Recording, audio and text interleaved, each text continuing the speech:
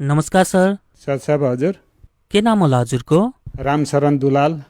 कहाँबाट आउनुभयो हजुर? बारा जिल्ला निजगढ नगरपालिका 2 नेपाल।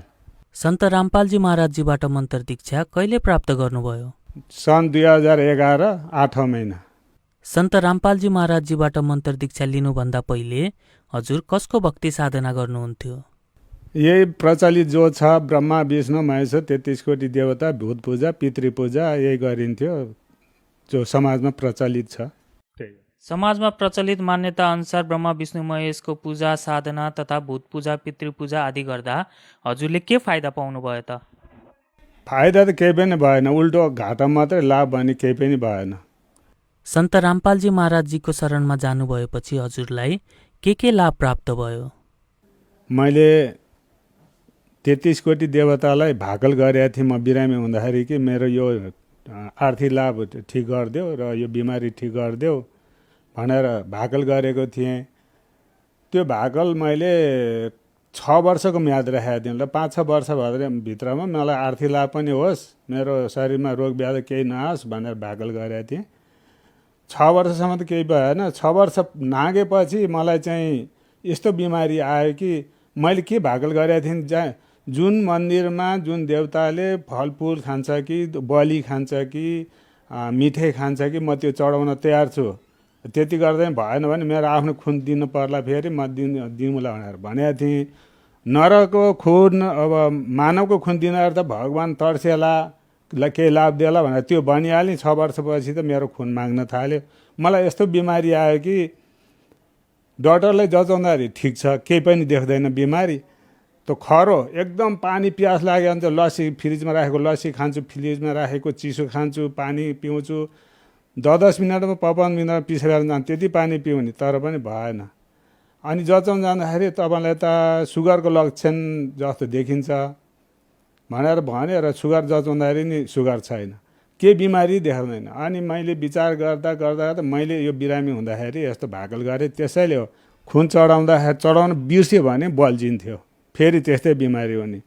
कहिलेकाहीँ अब समाजमा जो प्रचलित आएको देवी देवतालाई अब जो जस्तै बिमारी आए पनि मठ मन्दिरमा जाने, बाटोमा जाँदाखेरि यसो हातले नमस्कार गर्ने त गर्नै पर्थ्यो।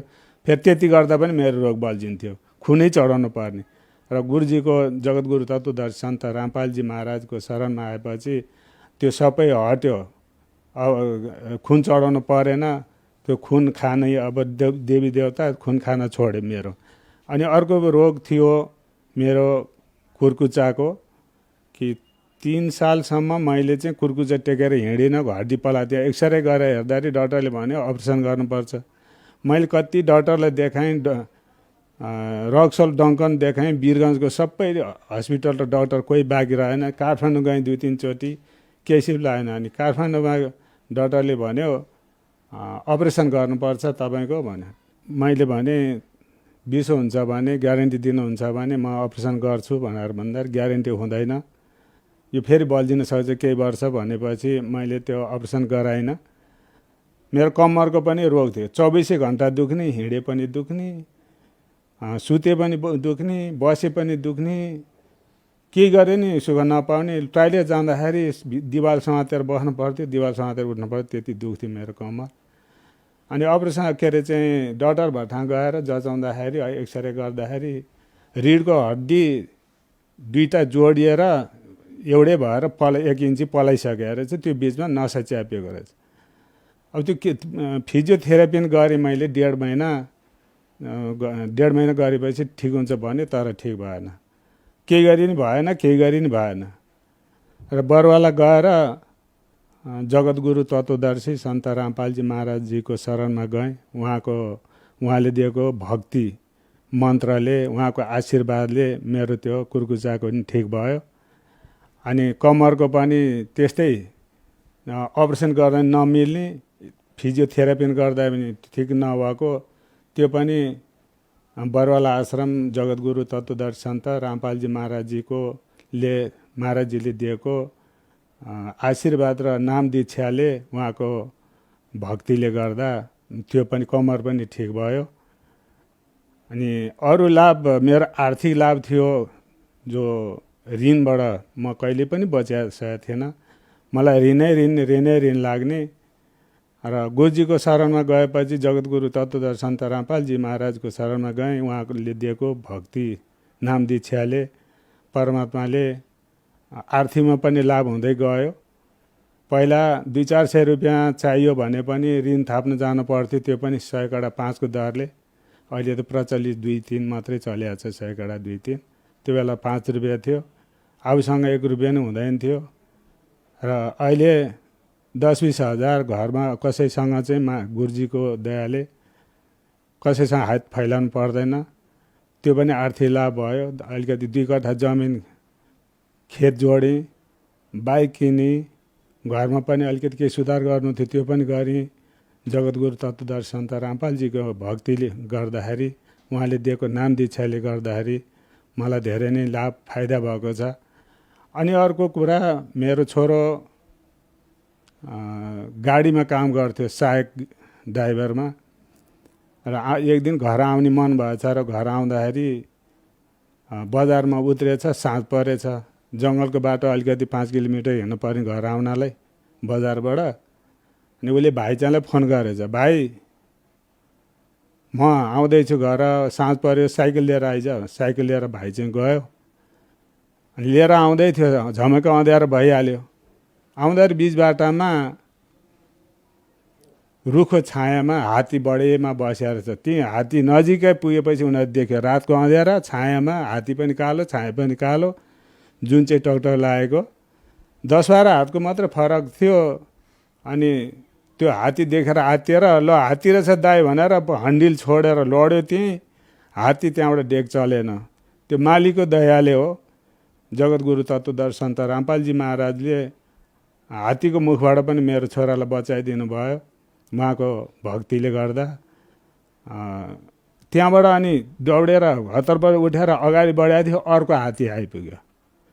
त्यो हात्तीबाट नि बच्यो र जङ्गलै जङ्गल घरमा पुग्यो। हात्तीले एक डेग नचलिकन त्यसलाई हात्तीले चाहेको भए गाडीभन्दा छिटो दौडिन्छ हात्ती। 2 कदममा हात्तीले समात्थ्यो मेरो छोरालाई, मार्थ्यो होला दुइटालाई। अनि भोलिपल्ट बिहान पुलिस गस्ती गर्न आउँदाखेरि साइकल भेटेर लिएर गएछ। यो साइकल कसरी यहाँ कसले छोड्यो भनेर हेर्दाखेरि हात्तीको पाइलो देखेछ। ए हात्तीले लखेटेर चाहिँ क्यारे साइकल छोडेर भाएछ भनेर लिएर गएछ। भोलिपल्ट बिहान साइकल लिन जाँदाखेरि साइकल छैन। मलाई भन्छ फोन गरेर, बुवा साइकल छैन। मैले भने कहीँ साइकल अब पुलिसले गस्ती गर्न आउँदा भेट्यो कि चौकीमा जा, नभेट्या भएदेखि चौकीमा रिपोर्ट दिनुपर्छ। चौकीले खोजिदिन्छ, चौकीमा रहेछ र उसले लिएर आयो। अनि त्यहाँबाट चाहिँ अर्को मेरो लाभ मुटुको। मुटु मेरो दिनमा 6-7 चोटि धड्कन बढ्न थालेपछि शिथिल हुने, गला बस्ने, बोली नआउने, जाडो महिनामा पनि चिची पसिना आउने, त्यस्तो हुन्थ्यो। डक्टरबाट जचाउन जाँदाखेरि त्यो धड्कन भएको बेला मात्र आइज, अहिलेपछि तेरो रोग देख्दैन। मैले 2-3 चोटि जचाएँ, केही बिमारी देख्दैन मुटुको, ठिक छ भन्छ। अनि डक्टर मैले के गर्ने त यस्तो छ भनेर भन्दाखेरि, यो जब धड्कन बढ्छ अनि मात्र त आउनु, त्यो बेला आइस भने तेरो रोग देखिन्छ, नत्र देखिँदैन। अनि मैले गुरुजीलाई यस्तै दण्डवत प्रणाम गरेँ जोत लगाउने ठाउँमा। गुरुजी सन्त रामपालजी महाराज गुरुजीलाई, जगद्गुरु तत्त्वदर्शन सन्त रामपालजी महाराजलाई दण्डवत गरेर अर्जी लगाएँ कि गुरुजी मेरो चाहिँ डक्टरबाट जाँदाखेरि केही रोग देखाउँदैन, तर मेरो मुटुको रोग छ, धड्कन बढ्छ, अब म के गरौँ, कसरी हुन्छ त भनेर चाहिँ अर्जी लगाएँ। मैले 6-7 चोटि त्यसरी दण्डवत प्रणाम गरेँ। 6-7 दिनसम्म अर्जी लगाएर रुन थालेँ, मेरो आँसु नै झऱ्यो, रुनी गर्न थालेँ। एक दिन यस्तो मलाई चाहिँ बिमार, त्यो मुटु धड्क्यो कि मध्यरातमा सुत्या ठाउँमा निन्द्राबाट बिउजिँदाखेरि ठ्याक्कै 12-12:30 बजिया रहेछ, मुटु धड्किरहेको रहेछ।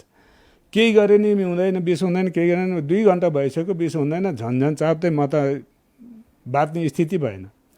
अनि त्यहाँबाट गाउँको एकजना त्यहाँ साथीको गाडी थियो, त्योलाई फोन गरेर त्यसलाई बोलाएर लिएर गएँ।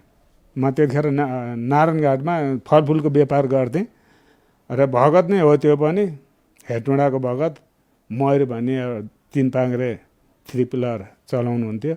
अनि उहाँ तुरुन्तै आउनुभयो र अनि चितवन हस्पिटल, त्यहाँको सबभन्दा ठुलो मेडिकलमा नेसनल मेडिकलमा लगेर भर्ती गर्नुभयो र जचाउँदाखेरि त रोग पत्ता लाग्यो त्यो मुटु धड्कन गरेको बेलामा मैले जगद्गुरु तत्त्वदर्शी सन्त रामपालजी महाराजजीलाई अर्जी लगाएको थिएँ दण्डवत प्रणाम गरेर जहाँ जोत लगाइन्छ त्यहाँ र त्यो बेलामा जगद्गुरु तत्त्वदर्शी सन्त रामपालजी महाराजजीको दयाले मेरो त्यो रोग पत्ता लाग्यो।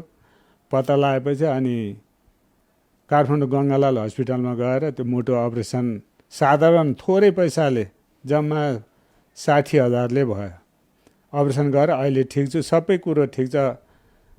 सन्त रामपालजी महाराजजीको दयाले उहाँले दिएको मन्त्र भक्तिले उहाँको आशीर्वादले कुर्कुच्चाको रोग, कम्मरको रोग, मुटुको रोग, मेरो छोरालाई बचाउनु, कोरोनाबाट मलाई बचाउनु, आर्थिक लाभ हुनु, सबै कुराबाट चाहिँ मलाई लाभै लाभ जगद्गुरु तत्त्व सन्त रामपालजी महाराजजीको दयाले उहाँको आशीर्वादले उहाँको भक्तिले मलाई ठिक भयो। अहिले ठिक छु, अहिले सबै राम्रो छ, सबै ठिक छ। सत्सह कतिपय मानिसहरू सन्त रामपालजी महाराजलाई हिन्दू विरोधी सन्त भन्छन् र उहाँले ब्रह्मा विष्णु महेशजीको भक्ति छुटाउनुहुन्छ भनेर भन्छन्। यो विषयमा हजुर के भन्न चाहनुहुन्छ? ब्रह्मा विष्णु महेश्वरको भक्ति त के 33 कोटी देवताको पनि भक्ति बताउनुहुन्छ। उहाँले यथार्थ भक्ति दिनुहुन्छ। जो प्रचलित छ यो जति पनि नकली गुरुहरू छन् उहाँहरूको मन्त्र सही छैन र त्यो भएर रिस गर्छन् हाम्रो जगद्गुरु तत्त्वदर्शी सन्त रामपालजी महाराजलाई कि भक्ति छुडाउँछ ब्रह्मा विष्णु महेश्वरको। 3 लोकको मालिक हो नि ब्रह्मा विष्णुमा, के भक्ति छोडाएर उहाँको लोकबाट हामी पार हुनुपर्छ त कसरी हामीलाई छोडिदिन्छ? त्यस भएर उहाँको भक्ति छोडाउनुहुन्न। उहाँको चाहिँ यथार्थ भक्ति चाहिँ हामीलाई दिनुहुन्छ र अरूसँग ज्ञान नभएको कारणले उहाँहरूलाई चाहिँ नराम्रो लागेर यो भनेको होला, तर यो भ्रम मात्रै हो। भक्ति छोडाउनुहुन्न जगद्गुरु तत्त्वदर्शी सन्त रामपालजी महाराजजीले। 33 कोटी देवतालाई पनि सम्मान गर्नुपर्छ सिकाउनुहुन्छ गुरुजीले सत्सङ्गको माध्यमले। र अश्व निकन्दन हामी 3 चोटि आरती गर्नुपर्छ। दिनको मध्याह्न आरतीमा 33 कोटी देवताको पनि नाम आउँछ। कसरी भक्ति छोड्दैन? यो अभाव यो चाहिँ हल्ला मात्रै हो, सही होइन, झुटो कुरा मात्रै हो। आजको यो विज्ञानको युगमा के एउटा सन्तले दिनुभएको मन्त्र जाप र भक्तिको शक्तिले आर्थिक लाभ हुन सम्भव छ र? परमात्मा चाहे के चाहिँ गर्न सक्नुहुन्न। यो दुनियाँ बनाउन सक्नुहुन्छ, 3 लोक बनाउन सक्नुहुन्छ। यो ब्रह्मा विष्णु महेश्वरको लोक कसले बनायो? यो पृथ्वी कसले बनायो? यो अरूले त बनाएको होइन, कुनै चाहिँ राजा महाराजले बनाएको होइन, यो साधारण व्यक्तिले बनाएको होइन, यो त परमात्माले बनाएको। यो खोला नाला यो सबै यो पृथ्वी सबै परमात्माले बनाएको र धन लाभ दिन कुन ठुलो कुरो? जगद्गुरु तत्त्वदर्शी सन्त रामपालजी महाराजको शरणमा गएपछि परमात्माले फ्रीमा सुख दिनुहुन्छ। यहाँ त सुख पाएपछि सतलोकमा पनि सुख दिएर राख्नुहुन्छ, मोक्ष प्राप्त गर्नुहुन्छ। धन लाभ पनि हुन्छ, शारीरिक लाभ पनि हुन्छ, मोक्ष मार्गको लाभ, 3टै लाभ जगद्गुरु तत्त्व सन्त रामपालजी महाराजले यति दिन सक्नुहुन्छ। अन्तमा टिभी हेरेर बसिरहनुभएका नेपाली दाजुभाइ तथा दिदीबहिनीहरूलाई हजुर के भन्न चाहनुहुन्छ?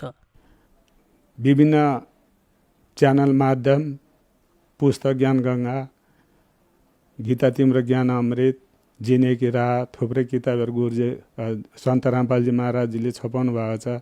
सबैलाई ज्ञान दिलाउनको लागि विश्वमा सेवा गराउनु भएको छ। 300-400 रुपियाँले नपाउने किताब 15 रुपियाँमा पाइरहेछ, सेवा गरिरहनु भएको छ गुरुजीले। यो सबै भक्ति मार्गमा आउनुहोस्, ज्ञान सम्झिनुहोस्, झुटा गुरुको फन्दामा नपर्नुहोस्। असली के हो, नकली के हो, छर्लङ्ग दिनुभएको छ पुस्तक माध्यमले। अब उहाँहरूलाई यही सल्लाह दिन चाहन्छु, कवीर परमात्मा स्वयं रामपालजी महाराज जगद्गुरु तत्त्वदर्शी सन्त रामपालजी महाराजजीको गुरुजीको रूपमा आउनुभएको छ। आउनुहोस्, नाम दीक्षा लिनुहोस्, आफ्नो मोक्ष यहाँ पनि सुख पाउनुहोस् र मोक्ष प्राप्त गरेर सतलोक जानुहोस्, यही भन्न चाहन्छु। यदि कसैले सन्त रामपालजी महाराजजीबाट मन्त्र दीक्षा लिन चाहनुहुन्छ भने उहाँले कसरी लिन सक्नुहुन्छ? जोलाई नाम दीक्षा लिने इच्छा छ भने मैले भनिहालेँ, किताबको माध्यममा त्यहाँ पनि फोन नम्बर दिएको छ। टिभी च्यानलमा तलपट्टि चल्छ, अहिले 5-6वटा टिभी च्यानल चलिरहेछ नेपालमा, इन्डियामा त कति कति। त्यो पट्टिमा नाम दीक्षा निशुल्क पाउनको लागि यो नम्बरमा एसएमएस गर्नुहोस् या फोन गर्नुहोस् भनेर दिएको हुन्छ। त्यो नम्बर टिपेर त्यहाँ फोन लगाएपछि तुरुन्त भगतहरू, त्यहाँ सेवादार भगतजीहरूले उठाउनुहुन्छ र आफ्नो ठेगाना दिनुहुन्छ र त्यो ठेगाना माध्यमबाट या कुनै भगतलाई समातेर लान सक्नुहुन्छ। गाउँघरमा चिने कोही भगत हुनुहुन्छ भने, सन्त रामपालजी महाराजजीको चेला छ भने, होइन भने त्यो पट्टिको आधारबाट ठेगान पनि त्यहीँ दिएको हुन्छ, नम्बर पनि त्यहाँ, त्यो देखेर पनि उहाँहरू जान सक्नुहुन्छ, नाम दीक्षा लिन सक्नुहुन्छ। अहिले जिल्ला जिल्लामा छ, मकवानपुर जिल्ला, वीरगञ्ज, नारायणघाट, रौतहट, बारा, हर जिल्लामा छ। 28-29वटा नेपालमा चाहिँ नामदाम खुलिसकेको छ सन्त रामपालजी महाराजजीको दयाले, जगतगुरु तत्त्वदर्शी सन्त रामपालजी महाराजको दयाले अहिले सजिलो बनाएको छ। पहिला हामी बरवाला जानु पर्थ्यो, इन्डिया जानु पर्थ्यो, लाने मान्छे कोही थिएन, सोध्दै खोज्दै जानु पर्थ्यो। अहिले त पाइलामा भगतहरू भेटिन्छ, टिभी माध्यममा पनि पाइन्छ, सजिलो छ नाम दीक्षा लिनलाई, ठुलो गाह्रो छैन। यही भन्न चाहन्छु। धन्यवाद। सत्साई।